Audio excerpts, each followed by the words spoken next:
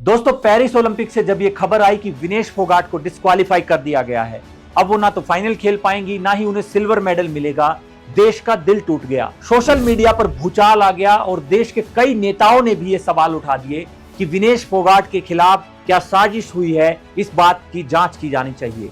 उनके बयान भी आपको दिखाते हैं। उसके अलावा पीएम मोदी ने विनेश फोगाट को क्या कहा, यह भी आपको बताएंगे। पहले बात कर लेते हैं मोटा मोटा विनेश फोगाट के साथ आज हुआ क्या और क्या ओलंपिक के नियम है और क्यों वो डिस्क्वालीफाई हुई है। दोस्तों, विनेश फोगाट पहले 53 केजी के वेट में खेला करती थी। इस ओलंपिक में वो 50 केजी की कैटेगरी में आई। और दोस्तों, जब आप लोअर कैटेगरी में आकर खेलते हैं तो वो आसान नहीं होता वेट मेंटेन करना। विनेश फोगाट के साथ भी वही हुआ।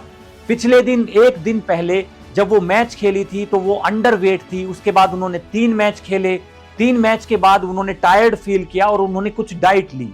अब सवाल ये भी उठता है कि उन्होंने डाइट ली तो उनके जो एक्सपर्ट डाइटिशियन हैं, जो टीम उनके साथ गई है, क्या उन्होंने ये ऑब्जर्व नहीं किया कि विनेश फोगाट कितना डाइट ले रही हैं, वो ओवर वेट कैसे हो गई। इसके बारे में भी आपको बताएंगे। पहले आपको बयान दिखाते हैं कि ओपोजिशन लीडर क्या सवाल उठा रहे हैं, नेताओं ने क्या कहा। दोस्तों, आम आदमी पार्टी के नेता संजय सिंह ने कहा यह विनेश का नहीं, देश का अपमान है। विनेश फोगाट पूरी दुनिया में इतिहास रचने जा रही थी। उनको 100 ग्राम ओवरवेट दिखाकर अयोग्य घोषित करना घोर अन्याय है। पूरा देश विनेश के साथ खड़ा है। भारत सरकार तुरंत संज्ञान ले। अगर बात ना मानी जाए तो ओलंपिक का बहिष्कार करें।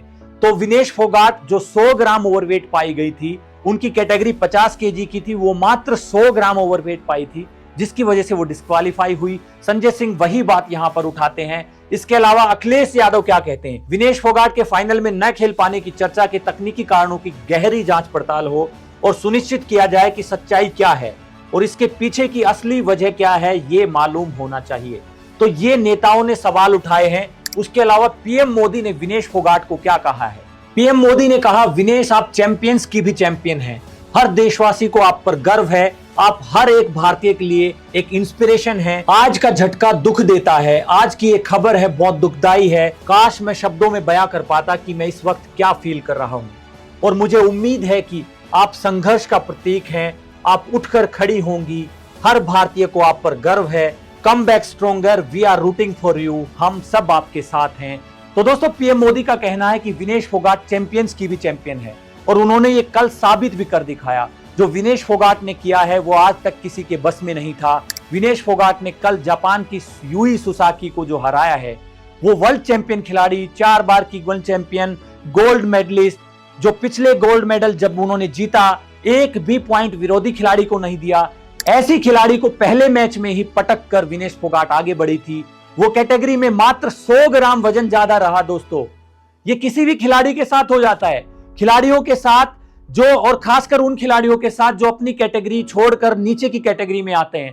पहले विनेश फोगाट 53 की कैटेगरी में थी, आज वो 50 केजी की में खेल रही थी। उनके लिए बिल्कुल भी आसान नहीं था। आपने सुना हो जब साक्षी मलिक कमेंट्री कर रही थी तो वो बता रही थी कि विनेश फोगाट ने क्या क्या छोड़ा होगा इसके लिए।